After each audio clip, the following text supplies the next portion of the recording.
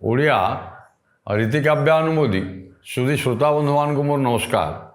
ବନ୍ଧୁଗଣ, ଆଜି ଆମେ ଓଡ଼ିଆ ରୀତିକାବ୍ୟ ପର୍ଯ୍ୟାୟରେ ଯାହାକି ଆମର ଏହି ରୀତିକାବ୍ୟ ଓଡ଼ିଆ ସାହିତ୍ୟକୁ 200-250 ବର୍ଷ ଧରି ଆଚ୍ଛନ୍ନ କରି ଅଭିଭୂତ କରି ଜନସମାଜକୁ ବାର୍ତ୍ତା ଦେଉଥିଲା। ବିଭିନ୍ନ ପ୍ରକାର ଅଳଙ୍କାର, ରସ, ବର୍ଣ୍ଣନା, ଚମତ୍କାରିତା, ଶବ୍ଦ ବିନ୍ୟାସ ଏବଂ ଯମକ ଅଳଙ୍କାର, ଯମକ ଶ୍ଳେଷ ପ୍ରଭୃତି ଅଳଙ୍କାର, ଉପମା ରୂପକ ପ୍ରଭୃତି ଅର୍ଥାଳଙ୍କାର, ଏ ସବୁରେ ବିମଣ୍ଡିତ ହୋଇଥିବା ଆଉ ସୁସମୃଦ୍ଧ ହୋଇଥିବା ଓଡ଼ିଆ ସାରସ୍ୱତ ଭଣ୍ଡାରକୁ ସମୃଦ୍ଧ କରିଥିବା ଏଇ ଯେଉଁ ରୀତିକାବ୍ୟ, ତାର ଶ୍ରେଷ୍ଠ କବି ସମ୍ରାଟ ଉପେନ୍ଦ୍ର ଭଞ୍ଜଙ୍କର ବୈଦେହୀ ବିଳାସ ସମ୍ପର୍କରେ ଆଜି ଆମେ ଆଲୋଚନା କରିବା।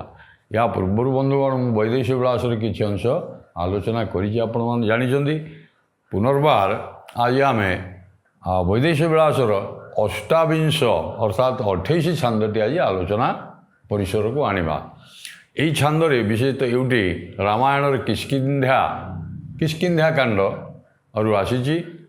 ତାକୁ କବି କିଷ୍କିନ୍ଧ୍ୟା କାଣ୍ଡର ବିଷୟବସ୍ତୁକୁ ବୈଦେହୀ ବିଳାସ କାବ୍ୟରେ ଆଲୋଚନା କରିଛନ୍ତି ଏବଂ ଭାଷା ଟିକିଏ ଅପେକ୍ଷାକୃତ ଆପଣମାନେ ଜାଣିଛନ୍ତି। ଭଞ୍ଜ ସାହିତ୍ୟ ଟିକିଏ ଶବ୍ଦ ଅଳଙ୍କାରରେ ବିମଣ୍ଡିତ ହୋଇଛି, ଟିକିଏ କ୍ଲିଷ୍ଟ ଅପେକ୍ଷାକୃତ। ତେଣୁ କବି ପ୍ରଥମରୁ କୋଟି ବ୍ରହ୍ମାଣ୍ଡ ସୁନ୍ଦରୀ କାବ୍ୟରେ କହିଦେଇଛନ୍ତି, ନାନା ଶାସ୍ତ୍ରେ ଯେହୁ ବିଚକ୍ଷଣ, ନାନା ଶାସ୍ତ୍ରେ ଯେହୁ ବିଚକ୍ଷଣ, ଯେହୁ ଜାଣେ ଅଳଙ୍କାର ଲକ୍ଷଣ, ସେହି କରୁ ଏ ଛାନ୍ଦ ବିବେଚନା, ବାଲ୍ୟ ପୌଗଣ୍ଡ ଯୌବନ ବର୍ଣ୍ଣନା। ଏଇଭଳି କ୍ଲିଷ୍ଟ ଆଳଙ୍କାରିକତା ଏବଂ ଶବ୍ଦ କ୍ଲିଷ୍ଟ ପ୍ରଭୃତିରେ ବା ଶବ୍ଦ ଶ୍ଳେଷ ପ୍ରଭୃତିରେ ବହୁ କାବ୍ୟ ତାଙ୍କର ବିମଣ୍ଡିତ ହୋଇଥିଲେ ମଧ୍ୟ ଏଇ ବୈଦେହୀ ବିଳାସର 28 ଛାନ୍ଦ ବା ଅଷ୍ଟାବିଂଶ ଛାନ୍ଦଟି ସେଥିରୁ ଅପେକ୍ଷାକୃତ ସହଜ ସରଳ ଏବଂ ସାବଳୀଳ ବୋଧଗମ୍ୟ ହେଇଛି। ଆସନ୍ତୁ ତଦ୍ବିଷୟରେ ମୁଁ ବିଶେଷ ଆଲୋଚନା ନ କରି ଆମେ ବିଷୟବସ୍ତୁ ଉପରକୁ ଯିବା। ଯେ 28 ଛାନ୍ଦର ବିଷୟଟି ହେଉଛି ରାମଚନ୍ଦ୍ର ଆଉ ସୀତାଙ୍କ ବିଚ୍ଛେଦରେ ବିରହରେ ଭାଇ ଲକ୍ଷ୍ମଣଙ୍କ ସହିତ ବିଭିନ୍ନ ବନ ପର୍ବତ, ଆପଣମାନେ ଜାଣିଛନ୍ତି ଦଣ୍ଡକାରଣ୍ୟରେ ପଞ୍ଚବଟୀ ବଣରେ ଯେତେବେଳେ ରାମଚନ୍ଦ୍ର ସ୍ୱର୍ଣ୍ଣମୃଗକୁ ବା ସୁନା ହରିଣକୁ ପିଛା କରିକିରି ଯେତେବେଳେ ଯାଇକିରି ତାକୁ ମାରିଛନ୍ତି, ସିଏ ହେଉଛି ଆଉ କେହି ନୁହେଁ, ସେ ହେଉଛି ମାରିଚ। ଏବଂ ମାୟା ଛଦ୍ମ ବିଷୟରେ ସେ କିପରି ସୁନା ହରିଣୀ ହେଇଥିଲା ଏବଂ ସେ କେମିତି ମାରିଚ, ଆସିଲା ବେଳକୁ ଆଶ୍ରମରେ ଲଙ୍କପତି ଲଙ୍କାର ରାଜା ରାବଣ ତାଙ୍କୁ ନେଇଯାଇଛି ଏବଂ ଖୋଜିକିରି ଆସି କିଷ୍କିନ୍ଧ୍ୟା, ମୁଁ ତଦ୍ବିଷୟରେ କହୁନି, ବାଟରେ କ'ଣ ସବୁ ଭେଟିଛନ୍ତି ବିଶେଷ ଆପଣମାନେ ଜାଣିଛନ୍ତି। ତେଣୁ ଆସନ୍ତୁ ଏହି ଛାନ୍ଦରେ ସୁଗ୍ରୀବଙ୍କୁ ଯେତେବେଳେ ଦେଖା ହେଇଛି, ବାଳିକୁ ଭୟ କରିକିରି ସୁଗ୍ରୀବ ଆଜ୍ଞା ଆସିକିରି ଗୁମ୍ଫାରେ ରହିଛନ୍ତି, ସେ ବିଷୟ ମଧ୍ୟ ଆପଣ ଜାଣିଛନ୍ତି। ଯୁଦ୍ଧରେ ବାର ହାରିକିରି ଭୟଭୀତ ହେଇକିରି ଯିଏ ସାମ୍ରାଜ୍ୟ ଉପଭୋଗ କରୁଥିଲା ଯେଉଁ ସୁଗ୍ରୀବ, ସିଏ ଆଜି ଆସି ଭୟଭୀତ ହେଇକିରି ଗୁମ୍ଫାରେ ଅଛି। ରାମଚନ୍ଦ୍ର ତାଙ୍କୁ ଭେଟିଛନ୍ତି ଏବଂ କ'ଣ କଥୋପକଥନ ହେଇଛି, ଆଳାପ ହେଇଛି, ଆସନ୍ତୁ 28 ଛାନ୍ଦରେ କବି ସମ୍ରାଟ ଯାହା ଉପେନ୍ଦ୍ର ଭଞ୍ଜ ବର୍ଣ୍ଣନା କରିଛନ୍ତି ଶୁଣିବା। ଏହି ଛାନ୍ଦଟି ଆଜ୍ଞା ରାଗ ଦେଶାକ୍ଷ, ସବୁ ଛାନ୍ଦରେ କିଛି ନା କିଛି ରାଗ ମୁଁ କହିଛି। ଶ୍ରାବ୍ୟ ବୃତ୍ତି ସୁସନ୍ଧୀ ରାଗ ଥିବ, ଛାନ୍ଦ ଗୁଡ଼ିକ ବିଭିନ୍ନ ରାଗ ରାଗିଣୀ ଯୁକ୍ତ ହେଇଛି ଏବଂ ଶ୍ରାବ୍ୟ ବୃତ୍ତରେ ଥିବାରୁ ତାକୁ ଗାନ କରିପାରୁଥିବାରୁ ଓଡ଼ିଆ ଶିକ୍ଷିତ ବା ଅର୍ଦ୍ଧଶିକ୍ଷିତ ଅଶିକ୍ଷିତ ଲୋକ ମଧ୍ୟ ବୈଦେହୀ ବିଳାସ ବା ବିଦୟ ଚିନ୍ତାମଣି ହେଉ ବା ମଥୁରା ମଙ୍ଗଳ ଛାନ୍ଦରୁ 2-4 ପଦ ଗାଇପାରୁଛନ୍ତି। ଏବେ ମଧ୍ୟ ତା'ର ଆଦୃତି ରହିଛି। ତେଣୁ ମୁଁ ତଦ୍ବିଷୟରେ ବିଶେଷ ଆଲୋଚନା କରୁନି। ଆସନ୍ତୁ ଶୁଣିବା କ'ଣ କବି 28 ଛାନ୍ଦରେ ବର୍ଣ୍ଣନା କରିଛନ୍ତି। ବୋଲେ ସୁଗ୍ରୀବେ ରାମ କ୍ଲେଶ ଭାଷା, ବିନିଜନେ ପଡ଼ିଛି କଦଶା। ବୋଲେ ସୁଗ୍ରୀବେ ରାମ କ୍ଲେଶ ଭାଷା, ବିନିଜନେ ପଡ଼ିଛି କଦଶା। ବିଭାବ ସୁବଂଶେ ଜାତ ଆମ୍ଭର, ବିଧି ରେତ ତୁମ୍ଭେ ତାଙ୍କ କୁମର। ବସୁ ଅଯୋଧ୍ୟା କିଷ୍କିନ୍ଧ୍ୟା ରାଜନ, ବିଭୂତିରେ ବନେ ହେଲା ସଦନ। ଚମତ୍କାର ଭାବରେ आरंभ होइछे 28 चांदटी बोले सुग्रीवे राम क्लेश भाषा रामचंद्र सुग्रीव को क्लेश अर्थात दुख हाँ आ जंत्रणार जर्जरित होती से दुख और सहित कहते ये बेनी जने पड़ी एक दशा हे सुग्रीव आम दुई जन को बेनी जन आम दुई जन को प्राय समदशा समान दशा पड़ी ना समान दशा केमी पड़ी आज्ञा ना विवाह बसु वंश जात आमर आमे हूँ सूर्यवंशीय रामचंद्र सूर्यवंश जात होती कालिदास रघुवंश लिखिं से कथा आज्ञा क्व सूर्य प्रभु वंश क्व सूर्य प्रभु वंश कौ रामचंद्र कौ सूर्यवंश हाँ वैवस्वत मनु ठार आरंभ होकर पर्यंत जो चली रघुवंशर राजा होते रामचंद्र तेणु सी कौटी आ स्वल्प बुद्धि संपन्न कालिदास कौटी यो कथा लिखिं रघुवंश ये रामचंद्र वैदेश विलास कवि सम्राट उपेन्द्र भंज कहते ये विवाह बसु वंश जात आमर आम सूर्यवंश जात होइचु आ विधि तो तुम्हें सहजरे कुमर सूर्यपुत्र हूँ आज्ञा सुग्रीव एवं इंद्र पुत्र हूँ बाली आपण मैंने जानते एणु विवाह बसु वंशे जात आमर विधि तो तुम्हें कुमर तुम्हें हूँ पुओ आ कहबी कौन आमर रघुवंश आमे आमे रघुवंश राजा एवं आपण होउचंदी से वंशरे से सूर्यंग ठार जात होइचंदी पुत्र कुमर बसु अयोध्या किष्किंधा राजन विभूति रे बने हेला सदन देखु केड़े चमत्कार भाव में लिखाई कवि अरे कल्पना एवं वर्णना चातुरी बसु अयोध्या मुझे अयोध्या अभिषिक्त होगाकू जाऊे आमको समदशा पड़ी ना मुझे राजपदे अभिषिक्त होगापी जाऊली केतबले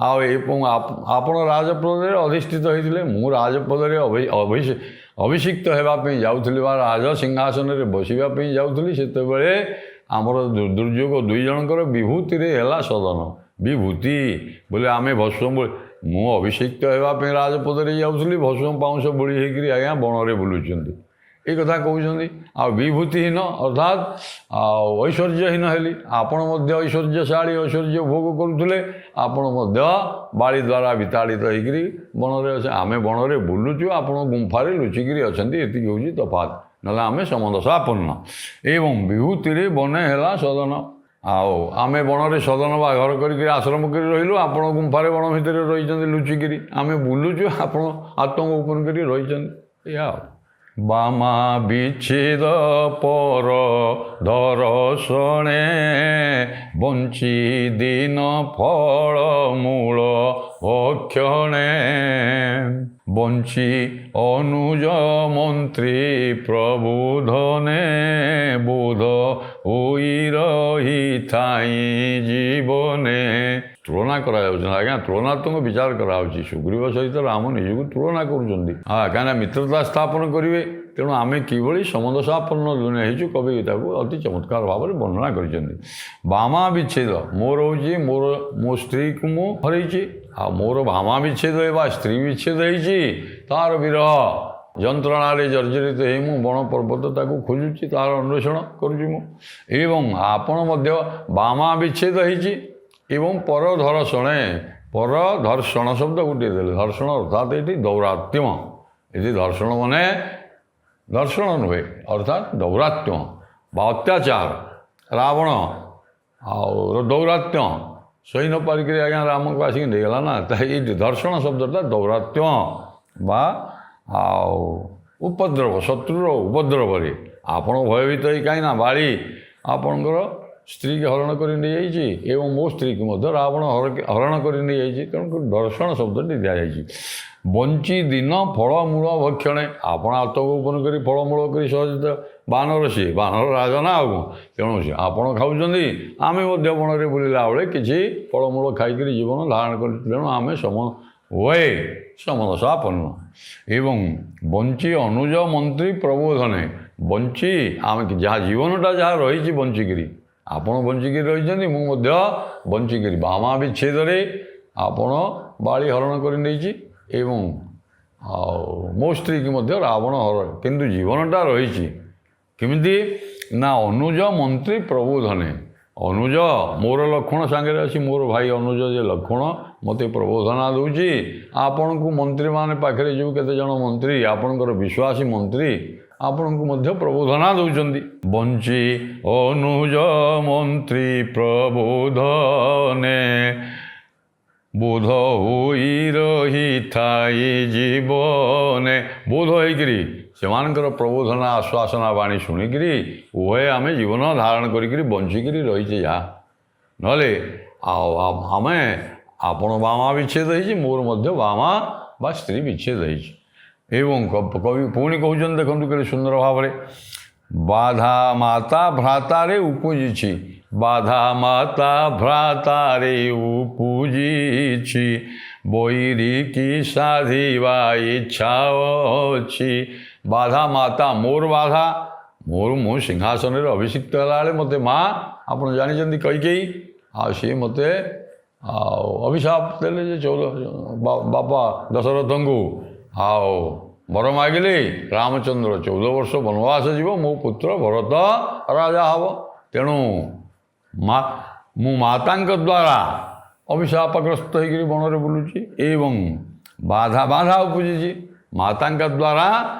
ଆଉ ମୁଁ ଆଜ୍ଞା ଅଯୋଧ୍ୟାର ରାଜ ପଦରୁ ବଞ୍ଚିତ ହେଲି ଏବଂ ଆପଣ ମଧ୍ୟ ଭ୍ରାତାରେ ବାଧା ହେଇଛି, ଅର୍ଥାତ୍ ଭାଇ ଆପଣଙ୍କର ସ୍ତ୍ରୀ ନେଇଯାଇଛି ଏବଂ ଆପଣ ରାଜଗାଦିରେ ସେ ବସିଥିଲେ ନା ଆଗରୁ। ବାଳି ଯେତେବେଳେ ଆଜ୍ଞା ଆପଣ ଜାଣିଛନ୍ତି ଦୁନ୍ଦୁଭି ରାକ୍ଷସକୁ ମାରିବା ପାଇଁ ଯାଇଥିଲା, ଗୁମ୍ଫା ଭିତରେ ପଶି ଯାଇଥିଲା, ମୁଁ ସେ ବିଷୟ କହୁନି। ତାପରେ ଆସି ଦେଖିଲା ବେଳକୁ ସୁଗ୍ରୀବ ରାଜା ହେଇଯାଇଛି, ଧକିଆ ମାରି ବାହାର କରିଥିଲା, ଯୁଦ୍ଧ ହେଇଛି। ତେଣୁ ଆପଣଙ୍କୁ ଭ୍ରାତାରେ ବାଧା, ମୋତେ ମାତାରେ ବାଧା ଏବଂ ବୈରିକି ସାଧିବା, ଏବଂ ଉଭୟଙ୍କର ଲକ୍ଷ୍ୟ ହେଉଛି ବୈରୀ ସାଧନ, ଅର୍ଥାତ୍ ଶତ୍ରୁକୁ ବିନାଶ କରିବା ପାଇଁ ହେବ। ଆପଣ ବାଳି ଅତ୍ୟାଚାରରେ ଭୟଭୀତ ହୋଇକରି ଆତ୍ମଗୋପନ କରିଛନ୍ତି ଏବଂ ଆପଣ ବାଟ ଖୋଜୁଛନ୍ତି କେମିତି ତାକୁ ବିନାଶ କରିବେ। ଏବଂ ମୋର ଯିଏ ରାବଣ, ବଣରେ ମୁଁ ବୁଲୁଛି, ମୋର ସ୍ତ୍ରୀକି ଯିଏ ଅପହରଣ କରି ନେଇଛି ଲଙ୍କାର ରାଜା ରାବଣ, ମୁଁ ତା'ର ସନ୍ଧାନ କରୁଛି ଏବଂ ଉଭୟଙ୍କର ଏଇଭଳି ଅବସ୍ଥା ହେଇଛି, ଅର୍ଥାତ୍ ଶତ୍ରୁକୁ ବିନାଶ କରିବା ଉଭୟଙ୍କର ଇଚ୍ଛା। ତେଣୁ ପୁଣି କବି କହୁଛନ୍ତି, ବ୍ୟବହାର ମିତ୍ର ହେବା ଉଚିତ, ବୋଲେ ସୁଗ୍ରୀବ ଶୁଣ ରଘୁସୂତ। ତେଣୁ ମୋର ବିଚାରରେ ଆମେ ଦୁହେଁ ମିତ୍ରତା ସ୍ଥାପନ କରିବା। ଆଉ ଆପଣ ମୋର ମିତ୍ର ହେବେ, ଆଜିଠାରୁ ମୁଁ ସେଇ ଉଦ୍ଦେଶ୍ୟରେ ଆସିଛି, ଆପଣ ମୋର ମିତ୍ର ହେବେ। ଏବଂ ଏଇ କଥା ଯେତେବେଳେ ଶୁଣିଛି ସୁଗ୍ରୀବ, ଆଜ୍ଞା ବାନରରାଜ ସୁଗ୍ରୀବ ଯେତେବେଳେ ଶୁଣିଛନ୍ତି, ସିଏ କହୁଛନ୍ତି, ଶୁଣ ରଘୁସୂତ, ହେ ରଘୁସୂତ ଆପଣ ଶୁଣ କ'ଣ, ଅର୍ଥାତ୍ ମିତ୍ରତା କେମିତି ହେବ, କ'ଣ ଗୁଣ ଥିଲେ ସବୁ ମିତ୍ରତା ହୁଏ, ଆପଣ ଟିକେ ମୋଠୁ ଶୁଣନ୍ତୁ। କ'ଣ କହିଛନ୍ତି କୈନ୍ଦ୍ରଭଞ୍ଜ, ଆସନ୍ତୁ ଶୁଣିବା। ଆଉ ବୁଲ ଧରଣୀ ନିର୍ଭୟରେ ତୁମ୍ଭେ, ବାଳି ଡରେ ଗିରିରେ ଲୁଚୁ ଆମ୍ଭେ। ବୁଲ ଧରଣୀ ନିର୍ଭୟରେ, ଆମ ଭିତରେ କ'ଣ ମାନେ ମିତ୍ରତା ଆପଣ ଯାହା କହିଲେ ସ୍ଥାପିତ ହେବ, କିନ୍ତୁ ଏତିକି ତଫାତ ଯେ ମୋ ବିଚାରରେ ଆପଣ ନିର୍ଭୟରେ ବଣରେ ବୁଲୁଛନ୍ତି। ଚିତ୍ରକୂଟରୁ ଆସି ଆଜ୍ଞା ଦଣ୍ଡକାରଣ୍ୟରେ ପହଞ୍ଚିଛନ୍ତି। ତେଣୁ ଆପଣ ନିର୍ଭୟରେ ବଣରେ ବୁଲୁଛନ୍ତି, ଦୁଇ ଭାଇ ନିର୍ଭୟରେ ବୁଲୁଛନ୍ତି। ଆରେ ହିଂସ୍ର ସ୍ୱାପଦ ସଂକୁଳ ଅରଣ୍ୟ, ଭୟ ନାହିଁ, ଅଥଚ ନିର୍ଭୟରେ ବୁଲୁଛନ୍ତି। ମୁଁ କିନ୍ତୁ ଭୟରେ ଆଜ୍ଞା ଆଉ ବଣରେ ବୁଲିବି କ'ଣ, ଆମେ ତ ବୁଲିବା ବଣରେ କଷା ଫଳ ମୂଳ ଖାଇକିରି ବଣରେ ବୁଲିବା କଥା, ମୁଁ ଆତ୍ମଗୋପନ କରି ରହିଛି। ତଫାତ ହେଉଛି ଏତିକି, ଆପଣ ନିର୍ଭୟରେ ବୁଲୁଛନ୍ତି, ମୁଁ ଭୟଭୀତ ହେଇକିରି ଗୁମ୍ଫାରେ ରହିଛି। ବାଳି ଡରେ ଗିରିରେ ଲୁଚୁ ଆମ୍ଭେ, ଋଷ୍ୟମୁଖ ପର୍ବତରେ ଲୁଚୁଛି। କିଷ୍କିନ୍ଧ୍ୟା କାଣ୍ଡର କଥା। ବଳବନ୍ତ ହେଲେ ଯଥା କେଶରୀ, ବୋଧେ ଗଜାଦି ସରଭକୁ ଡରି। ବଳବନ୍ତ ହେଲେ କେଶରୀ, ଆପଣ ଆପଣଙ୍କ ବିଚାରରେ ଏହା ସତ୍ୟ ଯେ ମୁଁ ଜଣେ ମଧ୍ୟ ବୀର। ଆଉ ସୁଗ୍ରୀବ କ'ଣ ଆଜ୍ଞା କମ୍ ବୀର ଥିଲେ କି? ତେଣୁ ମୁଁ ବଳବନ୍ତ ହେଲେ ମାତ୍ର ଏତିକି ତଫାତ ହେଉଛି, ବଳବନ୍ତ ହେଲେ ଯଥା କେଶରୀ, ସିଂହ ବଳବାନ, ପଶୁରାଜ ସିଂହ, ସେଇଭଳି ମଧ୍ୟ ମୋର ବଳ ଅଛି। ମାତ୍ର ପଶୁରାଜ ଆଉ ସିଂହ ଯେତେ ବଳବନ୍ତ ହେଉନା କାହିଁ, ବଳବାନ ହେଉନା କାହିଁ, ସରଭକୁ ସିଏ ଡରେ। ସରଭ ଅର୍ଥାତ୍ ଅଷ୍ଟପାଦ ମୃଗ। ପୁରାଣରେ ଲେଖା ହେଇଛି ଅଷ୍ଟପାଦ ମୃଗ ଗୋଟିଏ ଅଛି ଯିଏକି ସିଂହକୁ ମଧ୍ୟ ଆଜ୍ଞା ମାରିଦେଇପାରେ। ତେଣୁ ମୁଁ ସିଂହ ସଦୃଶ ବଳବାନ ବା ବଳବନ୍ତ ହେଲେ ମଧ୍ୟ ଯେତେ ବଳବାନ ହେଇଥାଉ କାରଣ ଗଜାଦି ମୋତେ ଡରନ୍ତି। ସିଂହକୁ ହାତୀ ମଧ୍ୟ ଡରନ୍ତି, କାରଣ ହାତୀକୁ ତାର ଗଜ କପୋଳକୁ ସେ ଖାଇଦିଏ, ଅଥଚ ସରଭକୁ ଡରେ। ମୁଁ ସେଇଭଳି ବାଳି, ଅର୍ଥାତ୍ ଯଦି ଭାଳି ସରଭ ହୁଏ, ଅଷ୍ଟପାଦ ମୃଗ ହୁଏ, ତାହେଲେ ମୁଁ ସିଂହ ହେଲେ ମଧ୍ୟ ତାକୁ ଡରିକିରି ଆଜ୍ଞା ଆତ୍ମଗୋପନ କରି ରହିଛି। ପୁଣି କବି ସମ୍ରାଟ ଉପେନ୍ଦ୍ରଭଞ୍ଜ କେତେ ସୁନ୍ଦର ଭାବରେ ଦେଖନ୍ତୁ ବର୍ଣ୍ଣନା କରିଛନ୍ତି।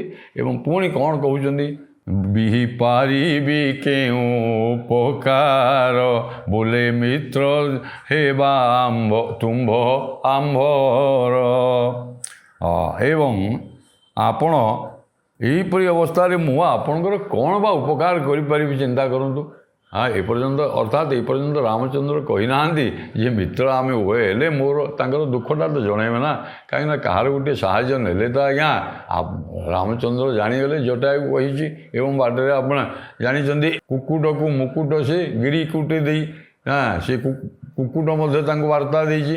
ତାହେଲେ ସେ ଜାଣିଲେ ଯେ ଦକ୍ଷିଣା ପଥେ ଆଉ ବକେଇ ବସି, ମୁଁ ଆଲୋଚନା କରିଥିଲି, ବକେଇ ବସିଥିଲା ଧ୍ରୁବ ଉପରେ ବିଷ୍ଣୁ ପଦକୁ ଭଜିବା ଉତ୍ତାରେ ସେଇ ଚାନ୍ଦରେ କହିଥିଲି ବିଲୁ କିଛି ଗଲା ଦକ୍ଷିଣା ପଥରେ ଯାଇଛି। ଅର୍ଥାତ୍ ରାବଣ ଲଙ୍କାର ରାଜା ନେଇଯାଇଛି, ଏସବୁ ସମସ୍ତେ କହିବାରୁ ସମୁଦ୍ର ପାର ହେଲେ ତ ଆଜ୍ଞା ହେବ। ତେଣୁ ରାମଚନ୍ଦ୍ର କେମିତି ସମୁଦ୍ର ପାର ହେବେ ବୋଲି ଚିନ୍ତା କରି କାହାର ଆଶ୍ରୟ, କାହାର ସାହାଯ୍ୟ ଖୋଜୁଛନ୍ତି। ଏଇ ଅର୍ଥରେ ସୁଗ୍ରୀବଙ୍କ ପାଖରେ ଯାଇ ମିତ୍ରତା ସ୍ଥାପନ କରିବା ପାଇଁ ସିଦ୍ଧାନ୍ତ କରିଛନ୍ତି। ଏଣୁ କବି କହୁଛନ୍ତି ବିହି ପାରିବି କେଉଁ, ମୁଁ ଆପଣଙ୍କର କ'ଣ ଉପକାର କରିପାରିବି ବୋଲେ ମିତ୍ର ହେବା ତୁମ୍ଭ ଆମର। ତାହେଲେ ଯାଇକରି ଆପଣ ଆମର, ମୁଁ ଯଦି କିଛି ଉପକାର କରିପାରିବି ତାହେଲେ ମୁଁ ଆପଣଙ୍କର କଥାରେ ସମ୍ମତି ପ୍ରଦାନ କରୁଛି, ଆମେ ପରସ୍ପର ମିତ୍ରତା ସ୍ଥାପନ ହେବା ବା ମିତ୍ର ବସିବା ହେବା। ଏବଂ କବି ପୁଣି କହୁଛନ୍ତି ବୋଲେ ରଘୁବୀର ଶୁଣି ଉତ୍ସୁକେ ବିନ୍ଧି ପକାଇବି ବାଳି ବାଣକେ। ଏ କଥା ଯେତେବେଳେ ଶୁଣିଛନ୍ତି ଆଜ୍ଞା ରାମଚନ୍ଦ୍ର, ଆପଣଙ୍କର ମୁଁ କ'ଣ ଉପକାର କରିବି, ନା ଏ କଥା ଯେତେବେଳେ ରଘୁବୀର ଶୁଣିଲେ, ଆଉ ମୋ ଅବସ୍ଥା ତ ଆପଣ ଦେଖୁଛନ୍ତି, ସୁଗ୍ରୀବ କହିଲେ ଆଜ୍ଞା ମୋ ଅବସ୍ଥା ତ ଦେଖୁଛନ୍ତି, ମୁଁ ତ ବାଳି ଡରରେ କେମିତି ଆତ୍ମଗୋପନ କରି ରହିଛି। ଏହିପରି ଅବସ୍ଥାରେ ମୁଁ ଆପଣଙ୍କର ମିତ୍ର ହେଇକରି କିପରି ଉପକାର, କ'ଣ ବା ଉପକାର କରିପାରିବି। ଏଇ କଥା ଯେତେବେଳେ ଶୁଣିଲେ କହିଲେ ଆଚ୍ଛା ସେ ବାଳି ଭୟରେ ତ ଆପଣ ଏସବୁ କଥା ମିତ୍ର ବସିବା ପାଇଁ କୁଣ୍ଠାବୋଧ କରୁଛନ୍ତି, ମୁଁ ସେଇ ବାଳିକି ଗୋଟିଏ ବାଣରେ ମାରିକିରି ବିନାଶ କରିଦେବି। ବୋଲେ ରଘୁବୀର ଶୁଣି ଉଛୁକେ ବିନ୍ଧି ପକାଇବି ବାଳି ବାଣକେ, ଗୋଟିଏ ବାଣରେ ବିନ୍ଧି ତାକୁ ବିନାଶ କରିଦେବି। ବ୍ରହ୍ମଲୋକେ ଥିଲେ ସୀତା ଖୋଜାଇ ବାଦ ରଚନେ ଆଣିବି ସେ କହି।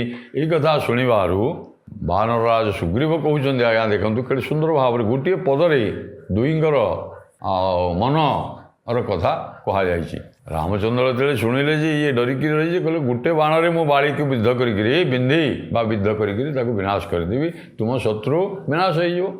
ଏବଂ ତାର ଉତ୍ତରରେ ସାଙ୍ଗେ ସାଙ୍ଗେ ସୁଗ୍ରୀବ ବି କହୁଛନ୍ତି, ତାର ପ୍ରତ୍ୟୁତ୍ତରରେ ବ୍ରହ୍ମଲୋକରେ ସୀତା ଥିଲେ, ପୃଥିବୀରେ କ'ଣ ବ୍ରହ୍ମଲୋକରେ ଥିଲେ ମଧ୍ୟ ସୀତାଙ୍କୁ ମୁଁ ନିଶ୍ଚୟ ଖୋଜେଇକିରି ଆଣିଦେବି। ଆଉ କେମିତି ନା ବାଦ କରିକିରି, ଯୁଦ୍ଧ କରିକିରି, ଯିଏ ନେଇଛି ବାଦ ବା ଯୁଦ୍ଧ କରିକିରି ବାଦ ରଚନେ ଆଣିବି ସେ କହିଲା, ଯୁଦ୍ଧ କରିକିରି ହେଉ ବା ଯେପରି ଭାବରେ ହେଉ ଖୋଜେଇକିରି ଆପଣଙ୍କୁ ଆଣିକି, କାହିଁକିନା ମୋର ଏଭଳି ମନ୍ତ୍ରୀ ମୋ ପାଖରେ ଅଛନ୍ତି, ବୀର ଏରୂପେ ମୋର ସଙ୍ଗେ ଅଛି, ମୋର ଜଣେ ମନ୍ତ୍ରୀ ମୋ ସାଙ୍ଗେ ହନୁମାନ, ସେ କଥା ସେ କହିଛନ୍ତି। ଆଉ ମୁଁ କହିଛି ଯେ ବୀର ଏରୂପେ ମୋର ସଙ୍ଗେ ଅଛି, ହେମନ୍ତ ବୀର ମୋ ସାଙ୍ଗରେ ଅଛି, ବାଳଭାନୁ ଜନ୍ମ ଡେଇଁ ଧରିଛି, ଯିଏକି ବାଳଭାନୁ ଉଦୀୟମାନ ସୂର୍ଯ୍ୟ, ଲାଲ ହେଇକି ସୂର୍ଯ୍ୟ ଥିଲେ, ଫଳ ମାତାଙ୍କ କୋଳରୁ ଖସିକିରି ସୂର୍ଯ୍ୟଙ୍କୁ ଦେଖିକିରି ଆଜ୍ଞା କାଖରୁ ଖସିକିରି ଯାଇକିରି ସୂର୍ଯ୍ୟଙ୍କୁ ଗୋଟେ ଫଳ ପାଚିଲା ଫଳ ଭାବି ଖାଇବାକୁ ପିଲାଦିନେ ଯାଇଥିଲେ, ଆପଣମାନେ ଜାଣିଛନ୍ତି ସେ ବିଷୟରେ। ତେଣୁ ଏଇଭଳି ବୀର ଯିଏ ଜନ୍ମ ହଉ ବାଳ ସୂର୍ଯ୍ୟ ଶିଶୁ ଅବସ୍ଥାରେ ବା ଶୈଶବ ଅବସ୍ଥାରେ ସୂର୍ଯ୍ୟଙ୍କୁ ଖାଇଦେବା ପାଇଁ ଫଳ ଭାବିକିରି ଯାଉଥିଲା, ଆଉ ସେଇଭଳି ବୀର ହନୁମାନ ପ୍ରଭୃତି ମୋ ପାଖରେ ଅଛନ୍ତି। ଏହିପରି ଭାବରେ ସୁଗ୍ରୀବ ମଧ୍ୟ ଅତି ସୁନ୍ଦର ଭାବରେ ରାମଚନ୍ଦ୍ରଙ୍କର ଉତ୍ତରର ପ୍ରତ୍ୟୁତ୍ତର ଦେଇଛନ୍ତି। ବୋଲା ବୋଲି ସେ ହୋଇ ଏବେ ମାତ୍ର ବହ୍ନି ସାକ୍ଷୀ କରାଇ ହେଲେ ମିତ୍ର। ଏହିପରି ଭାବରେ ବୋଲା ବୋଲି ପରସ୍ପର କଥା हाँ परस्पर कथबार्ता आलाप आलोचना करी बन्ही को साक्षी अर्थात अग्नि को साक्षी रखिकी परस्पर मित्रता स्थापन कले मित्र परस्पर मैत्र बसिले या परवर्ती पर्यायर कवि सम्राट उपेन्द्र भंज आउ कौन किभली गति कर 28 छांद को समय परवर्ती पर्यायर आलोचना करवा। नमस्कार।